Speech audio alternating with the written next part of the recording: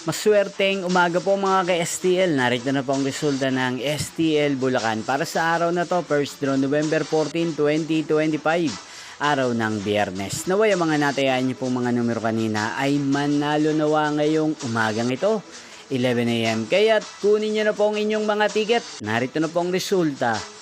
Ang mga numerong nanalo sa STL Bulacan ngayong umagang ito, November 14, 2025, 11 AM. First draw result, 2 at 20. In exact order. Again, 2 at 20. At ngayong umagang ito sa STL Bulacan, natin pong i-shoutout si Ate Eden ng Bulacan na nanonood po sa channel na to.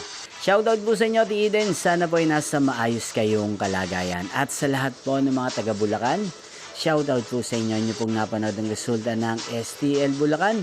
Maraming salamat po sa patuloy niyo pong panonood sa aking channel. Magkita-kita pong muli tayo mamayang 4 PM. Thank you for watching.